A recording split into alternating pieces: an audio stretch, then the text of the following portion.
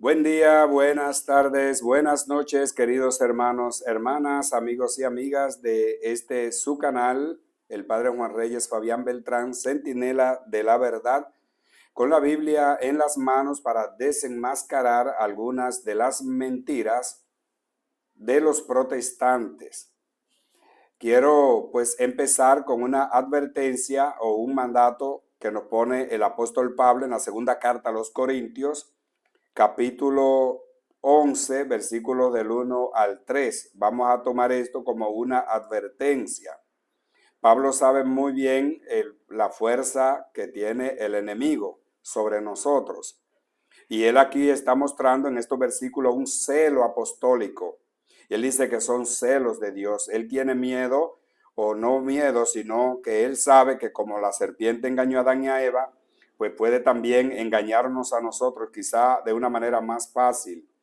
Y él quiere prevenirlo. En los versículos 14 y 15, él está viendo la facilidad con la que el maligno pues hace sus cosas. Dice, pues si él es capaz de vestirse de ángel de luz para engañar a la gente, pues lo mismo lo harán sus secuaces también, sus seguidores, vestidos de ángeles de luz, o sea, haciéndose pasar como personas buenas, preocupadas por mi salvación, etcétera.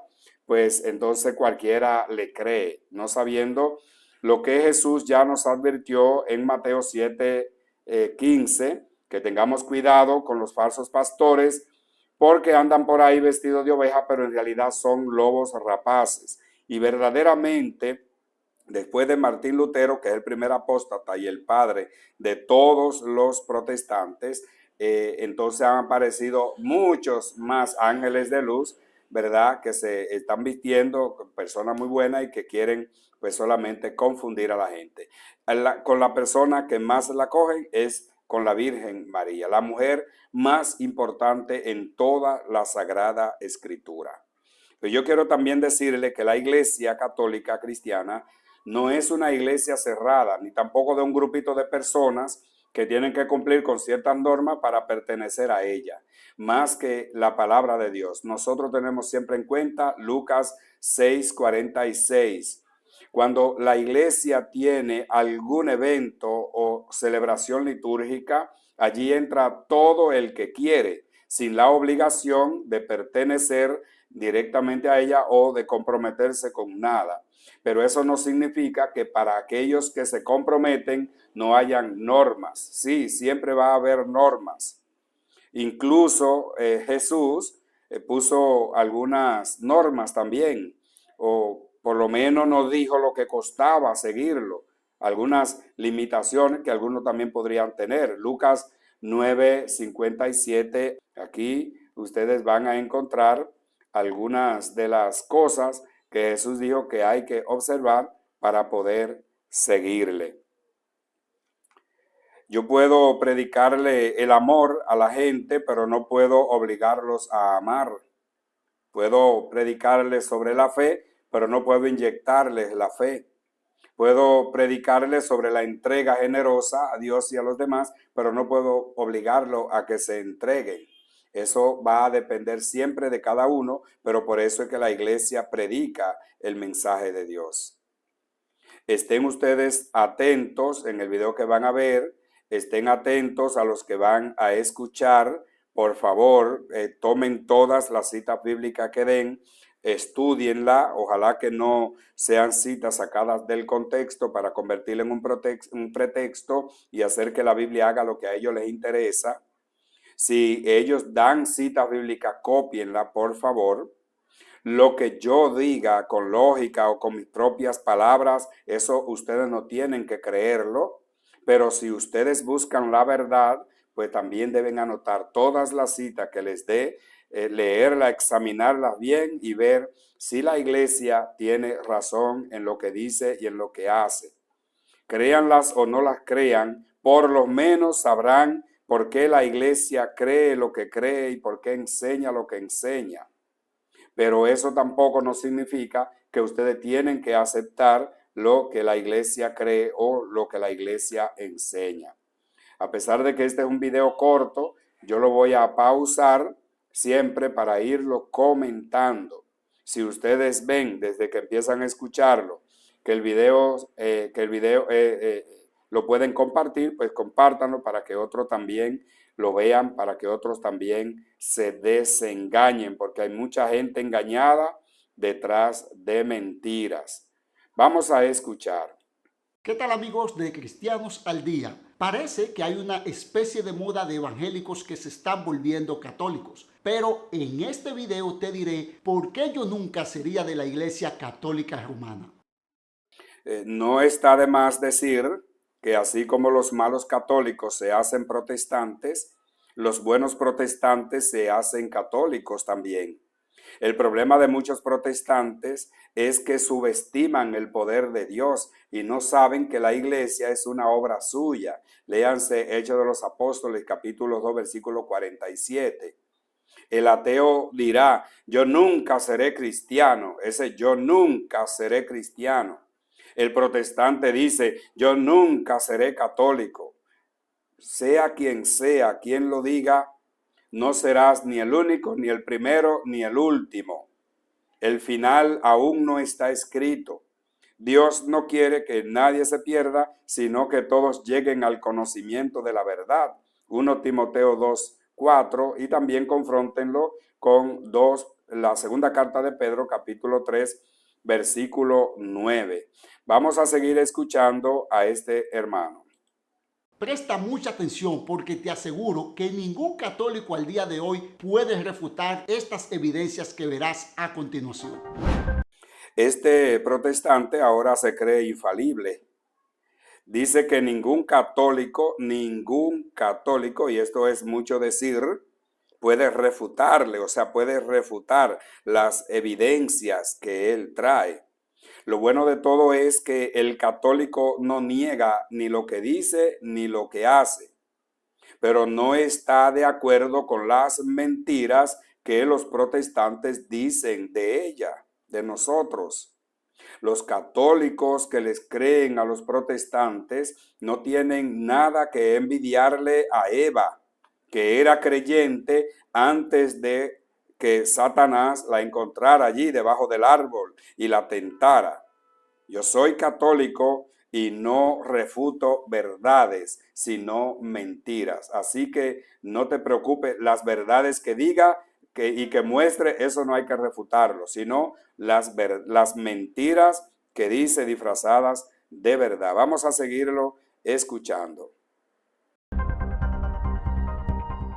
La primera razón por la que no soy católico es porque el catolicismo es una religión basada en la idolatría a María. Desde luego, la Iglesia Católica niega esta acusación y la mayoría de católicos te dirá que ellos no adoran a María. Cuando tú hablas de adoración a María, pues verdaderamente que te equivocas. Y todos los protestantes se equivocan. Y nosotros tenemos 500 años oyendo esas mentiras y esas equivocaciones de ustedes, de que la iglesia es idólatra. Ya tú le estás diciendo, adoran a María, pero ¿cómo podríamos nosotros adorar a María si María no es Dios? Ya los cristianos católicos pues estamos en cierto modo o algunos inmunes a esas acusaciones. Y por más que nosotros digamos que no, pues ustedes siempre dirán que sí. Al final el juicio pues tendremos que dejárselo a Dios, que según San Pablo, Él pagará a cada uno según sus obras. Romanos 2:6. Pero eso de que el culto católico es una idolatría es la calumnia por la cual tendrán ustedes que dar pues cuenta a Dios, porque se equivocan, no es cierto. Tú dices, la iglesia niega esta acusación, por claro que sí, y tú sabes por qué la negamos, porque ya tú mismo estás diciendo que es una acusación, pero es una acusación falsa, una acusación falsa. La iglesia no niega lo que ella es, no puede hacerlo. No niega lo que dice o enseña, ni tampoco lo que hace. El protestante nunca va a dejar de decir lo mismo. son como el escarabajo, siempre arrastrando la misma porquería. Ya ustedes lo saben. 500 años arrastrando la misma porquería. Si los católicos adoramos a María porque la contemplamos, porque besamos, le ponemos flores, la llevamos en procesión, etcétera, a través de una de su representación, yo le pregunto, ¿a quiénes o a quién adoran los protestantes? ¿A quién adoran los protestantes? ¿A Dios? Yo no lo creo. Nunca los he visto llevándolo en una procesión, ni tampoco dándole un beso, ni poniéndole un ramo de flores, ni poniéndole una vela encendida, ni pasándole la mano, ni de rodillas ante él, ni siquiera de pie ante él en contemplación. Nunca los he visto. Entonces, no adoran a Dios. No adoran a Dios, porque si para ellos lo que nosotros hacemos es adoración, entonces ¿cómo es que ellos dicen adorar a Dios si no hacen nada de eso? No lo hacen con Él. Entonces no es verdad. Pero vamos a seguirlo oyendo. Según esta iglesia, ellos solo la veneran. Pero eso de la veneración es un eufemismo para tapar la parte oscura de lo que hace esta iglesia con María. Déjame decirte algo. Imagina que alguien esté teniendo sexo fuera del matrimonio y te diga que no está fornicando, que solo está teniendo relaciones sexuales con la persona que quiere. Eso se oye muy bonito, pero la parte fea es que esa persona está fornicando según la Biblia. Bien, según la Real Academia de la Lengua, venerar es respetar en sumo grado a alguien por su dignidad o por su santidad o grandes virtudes, o a algo por lo que representa o lo que recuerda. Entonces, mis queridos hermanos, veamos si la Madre de Jesús, a quien los protestantes llaman su Señor y Salvador, si ella merece ese respeto de veneración. Vamos a ver si ella lo merece. Para los protestantes no, pero los católicos veremos si lo merece o no. Y los que son protestantes, pues juzguen, anoten la cita bíblica y luego también léanla. Lucas 1:28. Y entrando el ángel le dijo: alégrate llena de gracia, el Señor está contigo. Luego 1:42. Y exclamando con voz fuerte dijo: bendita tú entre las mujeres y bendito el fruto de tu vientre. Lucas 1:43. ¿Y quién soy yo para que la madre de mi Señor venga a visitarme? Palabras de Isabel. 1:48. Palabras de la misma María. Porque él ha puesto los ojos en la humildad de su esclava. Por eso desde ahora todas las generaciones me llamarán bienaventurada. Lucas 11:27. Y sucedió que estando él diciendo estas cosas, alzó la voz una mujer de entre la gente y dijo: dichoso el seno que te llevó y los pechos que te criaron. Mi querido hermano protestante, si estos versículos no te dicen nada, pues revísate, por favor. Si eufemismo es esconder una realidad de que lo que nosotros hacemos es idolatría, pues yo te diré que ni el arcángel Gabriel con toda su palabra, ni Isabel, ni aquella mujer en la multitud, y menos la iglesia adoran a María. Si para ti todo esto es adoración, pues tendrá que decir que el ángel, Isabel y todos ellos la adoraron. Y Lucas, que cuenta la historia, debió también estar en adoración contando la historia.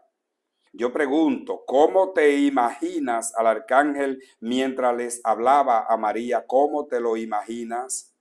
¿Cómo te imaginas a Isabel recibiéndola con tanta alegría, con tanto alboroto por todo lo que sucedió a la visita de María? Apenas llegó tu saludo a mis oídos, la criatura dio salto de alegría en mi vientre, dichosa tú que has creído, etcétera.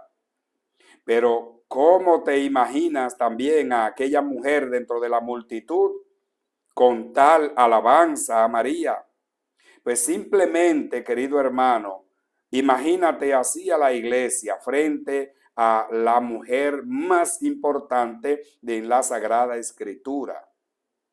Nosotros la vemos como la vieron las Sagradas Escrituras, desde el Génesis hasta el Apocalipsis.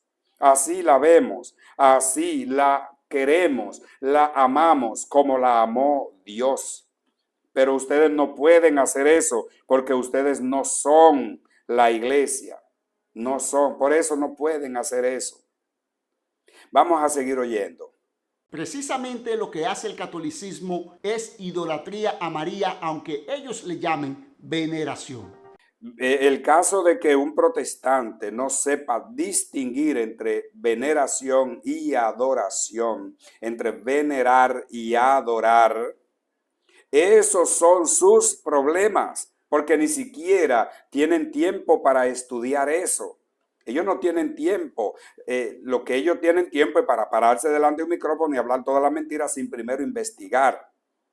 Y un reto es también para los católicos que deben saber la diferencia entre adorar y venerar. Ya antes dije lo que significa venerar. La palabra idolatría es otra cosa que la palabra veneración.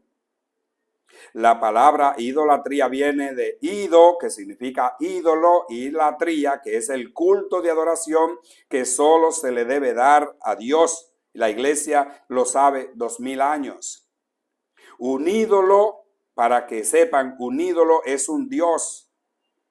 Pero como hay un solo Dios verdadero, cualquier otro Dios sería falso. Por eso los ídolos son ídolos porque no son dioses verdaderos, por eso es ídolo. María, óigalo bien, querido hermano, María no es un ídolo. María no es un ídolo, en cuanto que ella no es un Dios, y mucho menos un Dios falso. Y por tanto a ella no se le da culto de latría, para decir que el culto que le hacemos a ella es un culto de idolatría, como si ella fuera un ídolo. Que nuestro amor a ella sea tan grande que confunda a los protestantes. Esos son sus problemas. Si no fueran protestantes, no se confundirían. Los cristianos católicos no estamos confundidos. Sabemos lo que ella es, la Madre de Dios. Y sabemos lo que ella no es, Dios. Si los protestantes dicen que ella es Dios, entonces los idólatras son ellos, no nosotros. No vas a encontrar en el mundo ningún católico, por indocumentado que sea, que diga que María es Dios. Eso solo está en la mente de aquellos a quienes Satanás utiliza para confundir a los tontos. Solo en la mente de ellos está eso. Vamos a seguir escuchando. Solo miren esta parte que dice el Ave María, una de las oraciones más importantes del culto católico. Dios te salve María, ruega por nosotros pecadores, ahora y en la hora de nuestra muerte. Claramente esta oración que hacen todos los católicos elevan a María al mismo nivel que Cristo, colocándola como mediadora. ¿Qué dice la Biblia sobre el rosario? O sea, sobre esa oración que usted acaba de mencionar. Una oración totalmente bíblica. No puede negar que es una oración totalmente bíblica. Veamos. Salve María. Así dice la Biblia, no protestante, sino la versión protestante de la Biblia, porque los protestantes no tienen Biblia. Ellos se llevaron la Biblia. Llena eres de gracia, el Señor es contigo. Lucas 1:28. La otra parte, bendita eres entre todas las mujeres y bendito el fruto de tu vientre, Jesús. Lucas 1:42. Esas son las palabras de Isabel. Después, esa es la parte más bíblica, pero no quiere decir que la otra parte que corresponde a la petición que la iglesia le hace por intercesión también no sea bíblica, porque nosotros decimos Santa María, la Biblia dice que su nombre es María y a nadie puede dudar, ni usted ni nadie, que ella es santa. Santa María, Madre de Dios, Lucas 1:32, ella es Madre de Dios. Mateo 1:23, ella es Madre de Dios. Y entonces nosotros decimos, ruega por nosotros. ¿Cómo queremos que ella ruegue por nosotros? Como lo hizo en Juan 2, 3 y 5, en las bodas de Caná. Como ella lo hizo en aquel momento, nosotros creemos que lo puede hacer hoy. Ustedes no, porque para ustedes ella está muerta. Nosotros sí, porque para nosotros ella vive. Y decimos pecadores, ruega por nosotros pecadores. Usted no es pecador, usted no tiene que decir eso. Ustedes son impecables, los protestantes. Por lo tanto, nosotros los católicos sí reconocemos que pecamos. Y en el Salmo 51:5, Eclesiastés 7:21 y Primera de Juan 1:8 y siguiente, nosotros conocemos nuestros pecados y sabemos que pecamos. Por eso le decimos a ella que ruegue por nosotros pecadores. Ahora mientras estamos vivos, que estamos en este valle de lágrimas, tentados por el diablo hasta más no poder, ahora y en la hora de nuestra muerte, no vaya a ser que nuestros pasos se equivoquen. Pero eso es lo que nosotros le decimos. Ustedes no tienen que decírselo porque ni siquiera por madre la tienen. Así es que tranquilo, pero deja que la iglesia haga lo que haga y es bíblico. Ahora bien, para el protestante, que es la pena que a mí me da, porque no son capaces de ver las palabras, la diferencia que tiene una de otra. Rogar, que es lo mismo que interceder, para ellos es lo mismo que mediar. Pero no te lo pueden comprobar con la Biblia. Ellos no tienen una cita bíblica para decirte que rogar y mediar es lo mismo, o interceder y mediar. Sin embargo, yo les comprobaré con la Biblia que no es lo mismo. La mediación, 1 Timoteo 2, 5 al 7, oigan bien, hay un solo Dios y un solo mediador entre Dios y los hombres. Jesucristo, hombre, él también, que se entregó a sí mismo para rescatar a todos. Este es el testimonio que él dio a su debido tiempo y del cual fui constituido heraldo y apóstol para enseñar a los paganos la verdadera fe. Digo la verdad, no miento. Hay 3 versículos. Versículo 5, hay un solo Dios, un solo mediador. Versículo 6 explica cómo es que Él es mediador, dando su vida en rescate por nosotros, que no lo ha hecho nadie, el único que lo hizo Él, por eso Él es el mediador. Y luego Él está adjudicándose esa misión que Dios le puso a Él para decírselo a los demás. Ahora bien, la intercesión, porque los protestantes te citan 1 Timoteo 2:5, pero ellos no te leen el 4, el 3, el 2 y el 1.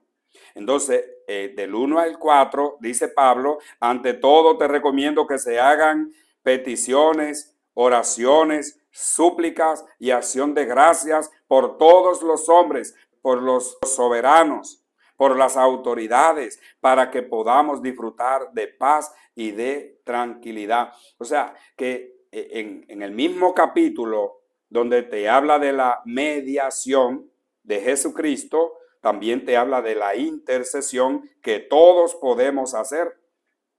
Entienda esto, querido hermano, Jesucristo es mediador una vez, pero la intercesión es siempre y en todo momento. Usted cree que María no puede interceder, pero nosotros sí creemos que ella puede. Vamos a seguir oyendo mentiras. Pero eso no es todo. Ahora es que estamos empezando. Veamos más evidencias contundentes. La Iglesia Católica enseña la Inmaculada Concepción de María. Esto significa que ella nació sin pecado, totalmente limpia de toda maldad. En otras palabras, si María nació sin pecado, no necesitaba la salvación que ofrece Cristo. Y además, esto le concedería los méritos, al igual que Cristo, para ser corredentora de la humanidad. La Iglesia Cristiana Católica tiene 2000 años enseñando que María es concebida sin la mancha del pecado original, o sea que María es inmaculada. La Iglesia lo ha enseñado siempre, eso es una verdad. ¿Por qué será que a los protestantes les molesta tanto esto? Si ella nació con pecado, solamente tienen que mostrarlo en las Sagradas Escrituras. La Iglesia no cree en nada que no pueda sustentarlo en la Biblia. Pero aquí la lógica puede ser suficiente. A mí no me cabe en la cabeza y creo que hay que ser muy inescrupuloso para creer que el Hijo de Dios, el Mesías, el que venía a liberarnos del pecado, iba a nacer de un vientre manchado por el pecado. Como si se tratara de una improvisación. Cuando usted va a hacer una fiesta en un lugar y llegó a ese lugar improvisadamente, usted tiene en el momento que limpiar. Pero si usted lo tenía planificado de antes, cuando usted va ya está limpio. Entonces no veamos esto como una improvisación de Dios. Pero ¿por qué resulta tan difícil que un protestante lo entienda? ¿Por qué resulta tan difícil que un protestante entienda y crea esto? ¿Será que no cree lo que dice el arcángel a María? Para Dios nada es imposible, solo los católicos creemos eso, Lucas 1:37. Queridos hermanos protestantes y católicos que me escuchan, si para Dios era posible hacer que una mujer adulta y estéril como Isabel esté encinta, si era posible para él que una virgen esté encinta sin el concurso de un hombre, si era posible para él que su palabra se encarnase en el vientre de una virgen, María, ¿por qué no podría ser posible también que María naciera inmaculada? ¿Por qué no? Hombres de poca fe. Escuchen, queridos hermanos, el razonamiento de este protestante. Él dice, si María nació sin pecado, no necesitaba la salvación que ofrece Cristo. Aquí cabe muy bien el dicho, la ignorancia es atrevida. Les pregunto, ¿Jesús es Salvador del mundo solo a partir del día en que nació? ¿O ya lo era antes? Si Jesús es Dios y estaba junto al Padre desde el principio y existía desde antes de la encarnación en María, según Juan 17:5, ¿será que Él no podía salvarla desde antes de su concepción? ¿Será que Él no podía hacer eso? Si es Dios, para Él todo es posible. Piensen en esto. ¿Será que Él no podía salvarlas desde antes de su concepción? ¿No se podría aplicar a ella las palabras de Jeremías en Jeremías 1:5? Piensen en esto y en el significado. Cuando el ángel dice, salve María, llena de gracia, el Señor es contigo. Esto lo dijo el arcángel Gabriel. No le dijo, salve María, llena serás, ni tampoco el Señor estarás contigo. No le dijo, llena eres de gracia, el Señor es contigo. Te pregunto, ¿desde cuándo el Señor es con ella? ¿Desde cuándo está llena de gracia? Desde su concepción. Por eso la iglesia cree que ella es concebida sin la mancha del pecado, para que Jesús no naciera de un vientre manchado por el mismo pecado. María es salvada por Jesús desde su concepción, o podríamos mejor decir, desde antes de su concepción. Tú dices, esto le concedería los mismos méritos que Cristo. Los méritos de Cristo. Jesucristo es el Salvador del mundo. Jesucristo es Dios. Los méritos de María y los de Cristo son muy diferenciados, querido hermano. Los méritos de María, porque lo de Cristo tú te lo sabes, lo de María no, son ser la hija perfecta de Dios, el Padre, ser la madre perfecta del Hijo y ser la esposa perfecta del Espíritu Santo. Ella no es Dios, por lo tanto, no hay que comparar los méritos de ella con los méritos de su Hijo, que sí es Dios. Ella no es Dios, pero tuvo la más alta gracia que se le puede conceder a una mujer. Y por eso ella es tan importante para nosotros y debería serlo también para usted. Pero al contrario, ella es el motivo por el cual tú nunca serás católico. ¡Qué pena! ¡Qué pena! Vamos a seguir oyendo. Precisamente la Iglesia Católica también enseña que María es corredentora, así como lo oyen. Miren lo que dice el Catecismo Católico sobre María. Con su asunción a los cielos, no abandonó su misión salvadora, sino que continúa procurándonos con su múltiple intercesión de los dones de la salvación eterna. Por eso, la Santísima Virgen es invocada en la Iglesia con los títulos de abogada, auxiliadora, socorro, mediadora. Como ven, la Iglesia Católica entre todos los títulos le llama abogada y mediadora. Dos títulos que según la Biblia le pertenecen solo a Cristo. Pero como si esto fuera poco, es la misma Iglesia Católica la que reconoce que a María se le debe rendir culto igual que a Dios. Su catecismo afirma lo siguiente: la piedad de la Iglesia hacia la Santísima Virgen es un elemento intrínseco del culto cristiano. Significa que ella forma parte del plan de redención trazado desde antiguo. Confronta Génesis 3:15. Pero siendo protestante no lo vas a aceptar, claro que no. Que ella sea corredentora es una gracia especial que ella recibe por ser la madre del Redentor del mundo. Ella ayuda con su intercesión. Claro que sí, para nosotros los católicos, para ustedes no, porque ustedes no creen en esto. El arcángel llamó a María llena de gracia y dijo que el Señor era con ella. Esto es más que suficiente para que la iglesia crea lo que cree de María, que Dios le ha concedido a ella las gracias especiales. Lean por favor y mediten Lucas 1, 48 al 49.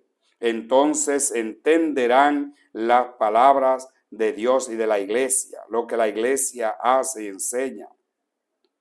Cuando la iglesia enseña que María es abogada y mediadora, como abogada, ¿qué hace? Nos defiende, como lo va a hacer con su hijo Jesús, que lo defiende del maligno cuando Herodes la quiere atacar, y también ustedes pueden leer Apocalipsis 12, 1 y siguiente.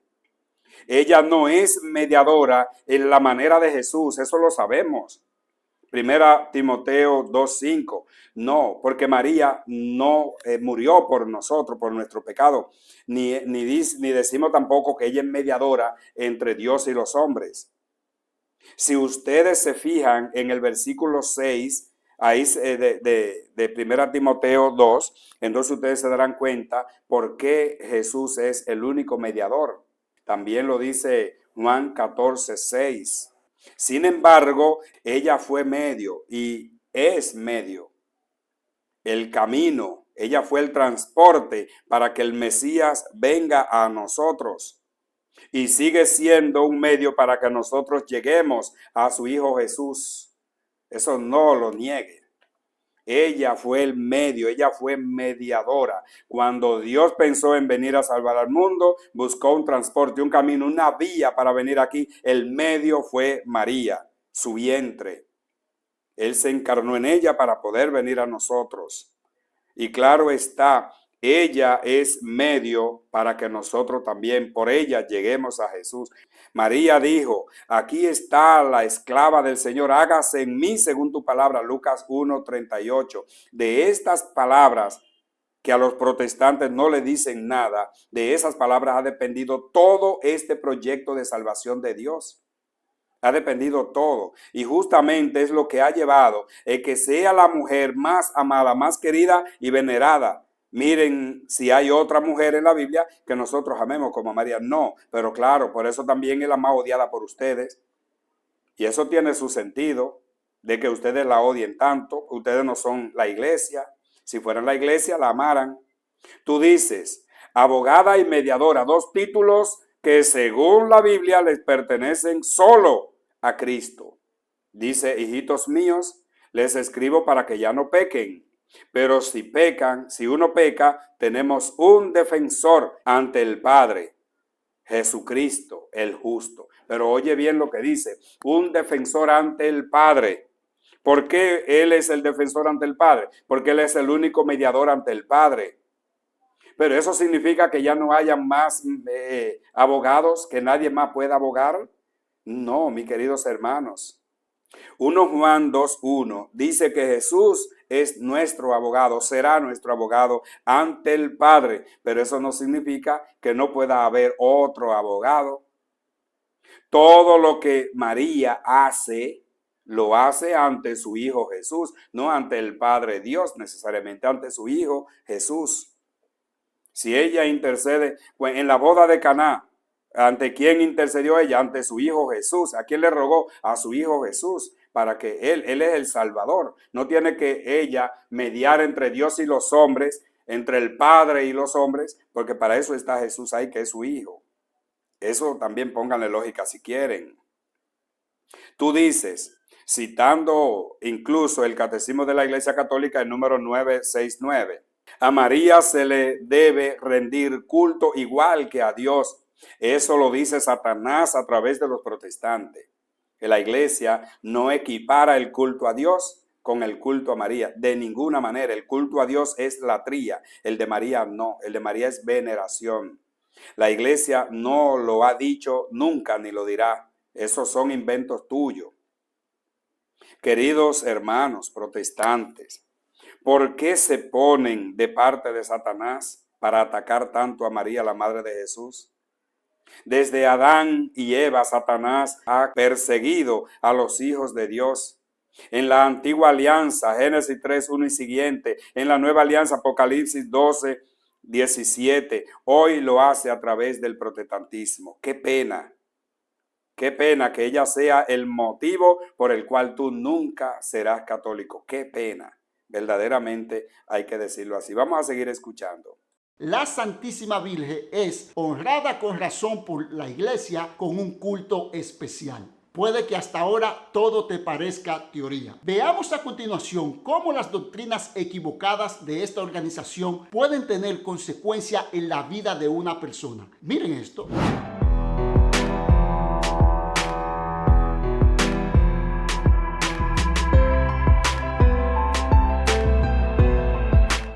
Yo les pregunto a ustedes, si la cabeza de esa iglesia le rinde adoración a María, ¿qué no harán los miembros de esa organización?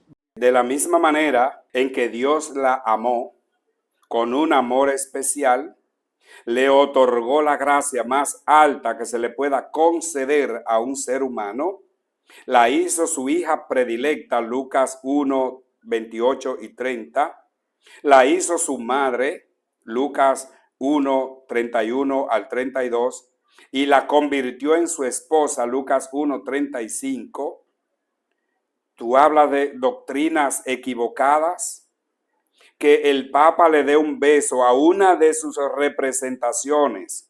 ¿Alguna vez le has dado tú un beso a tu esposa o de lo demás que nos siguen, a su esposo, a su madre o a su padre a través de una imagen suya? Ya sé que no, si eres protestante no, para que no te digan idólatras. Cuando ves una imagen de tu madre, de tu padre, de tu esposa o tu esposo, que incluso ya no están contigo, ¿no te traen ningún recuerdo? Ya sé que no. Ustedes no tienen ese tipo de imágenes. Ustedes no, ni siquiera fotos se tiran para no tener imágenes. Ustedes no, porque esas son imágenes y te van a decir idólatra. Regalar una flor es adorar. Encender una vela es adorar. Ponerse de rodillas es adorar. Tener una imagen es adorar. Si todo esto es adorar, queda evidenciado que los protestantes no adoran a Dios. No lo adoran porque no hacen nada de eso ante Él. Si todo eso es adorar, no adoran a Dios porque no lo hacen ante Él. Veamos.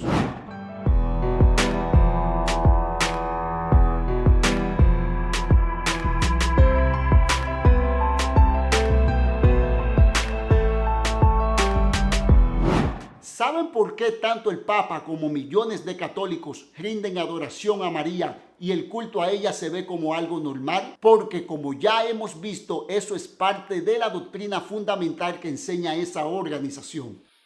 Y no saben los protestantes y usted, hermano, que la calumnia y las mentiras son un pecado mortal. Decir que el Papa y los católicos rinden culto de adoración a María y decir que eso es parte fundamental de la doctrina de la iglesia es una calumnia infame y solo Satanás puede poner eso en sus mentes. Porque, repito, si todo eso es adoración, pues lamentablemente ustedes no adoran a Dios. Si todo eso es adoración, no adoran a Dios. María es elevada casi al mismo nivel que Cristo. Eso, señores, es apostasía y algo totalmente antibíblico. Y hay que decir las cosas como son. Esto no se trata de ser anticatólico, sino de ser bíblicos. Con este solo argumento que les he presentado de la adoración a María, puedo terminar este video y dejarlo hasta aquí. No, no es así, querido hermano. En la Iglesia Cristiana Católica se le sabe poner a cada quien en el puesto que se merece, pero eso solamente lo sabemos hacer nosotros. Primero, vamos a ver, Jesús es el Hijo de Dios. Jesús es Dios. Jesús es el Salvador. Jesús es el Mesías. Jesús es el único mediador entre Dios y los hombres. Jesús es el camino, la verdad y la vida. Jesús es el buen pastor. ¿Y cuántas cosas más te podríamos decir que Jesús es, que no lo decimos de María? No lo decimos, no podemos decirlo de María. Pero Jesús dijo bien claro, querido hermano, el árbol se conoce por su fruto. Lucas 6:44. El árbol se conoce por su fruto. Si Jesús es el fruto, María entonces fue el árbol que lo dio. Pero qué mal comerte el fruto con tanto gusto y no importarte luego lo que hagan con el árbol. Qué mal. María es la madre de Jesús y de todo lo que Él es.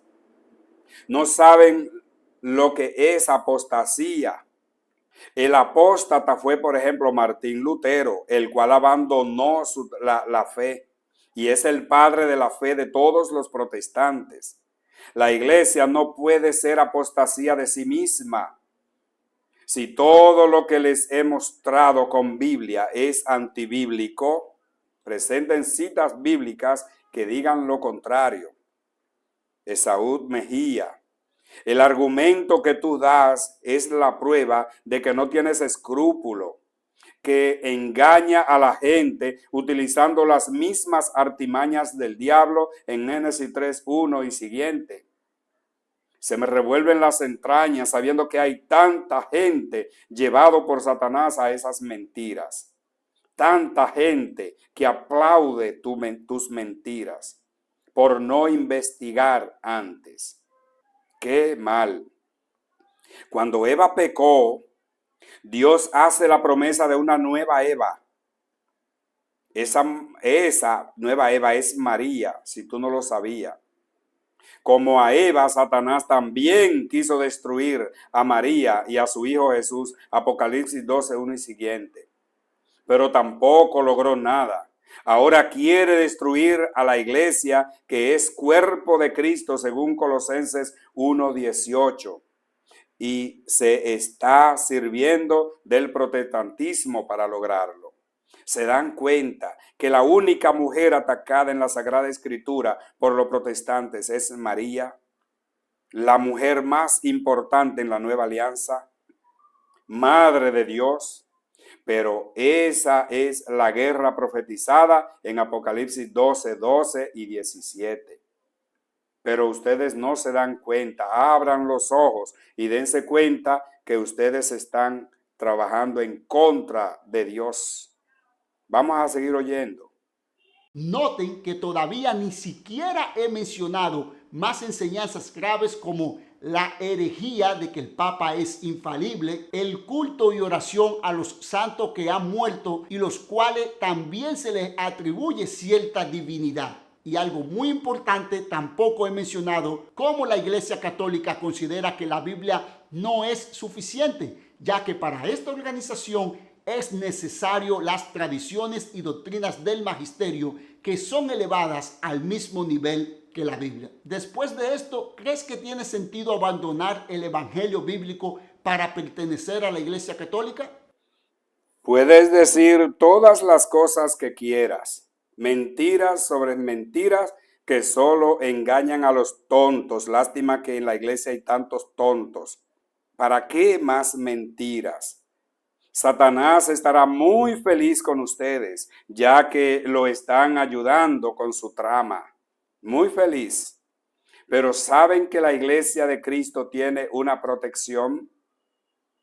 Mateo 16, 18. Las puertas del infierno no prevalecerán contra ella. Así que atacando a la iglesia que fundó Jesucristo, Mateo 16, 18 al 19, que es cuerpo de Cristo, Colosenses 1:18, y que es base y columna de la verdad, 1 Timoteo 3:15, con eso están atacando al mismo Cristo, Lucas 10:16. A él le darán cuenta, pero con todas esas cosas que dicen, están amontonando brasas sobre su propia cabeza. Voy a responder a tu pregunta. Tú dices o preguntas, después de esto, ¿cree que tiene sentido abandonar el verdadero o el evangelio bíblico para pertenecer a la Iglesia Católica? Esa es tu pregunta. Yo te voy a contestar con muchas preguntas. ¿A qué evangelios te refiere? ¿A los evangelios que ustedes escribieron o a los que se llevaron? ¿Saben en qué tiempo se escribió el Nuevo Testamento? ¿Había iglesia cuando ellos escribieron? ¿Serían ellos de esa iglesia que había? Desde los años 170 hasta más o menos el año 382. ¿Qué protestantes estaban allí eligiendo 27 libros entre cientos de libros, cartas, evangelios, etcétera? ¿Cuántos protestantes estaban allí para elegir esos 27? Cuando hablas de los evangelios, ¿te refieres, por ejemplo, a Mateo, Marcos, Lucas y Juan? En algún lugar de esos evangelios, ellos dicen que es palabra de Dios lo que están escribiendo. ¿No fue acaso el Papa San Dámaso I quien en el año 382 presentó al mundo la Biblia como palabra de Dios? Se les olvida a usted y a todos los demás que el protestantismo fue fundado el 31 de octubre, día de Satanás, del 1517.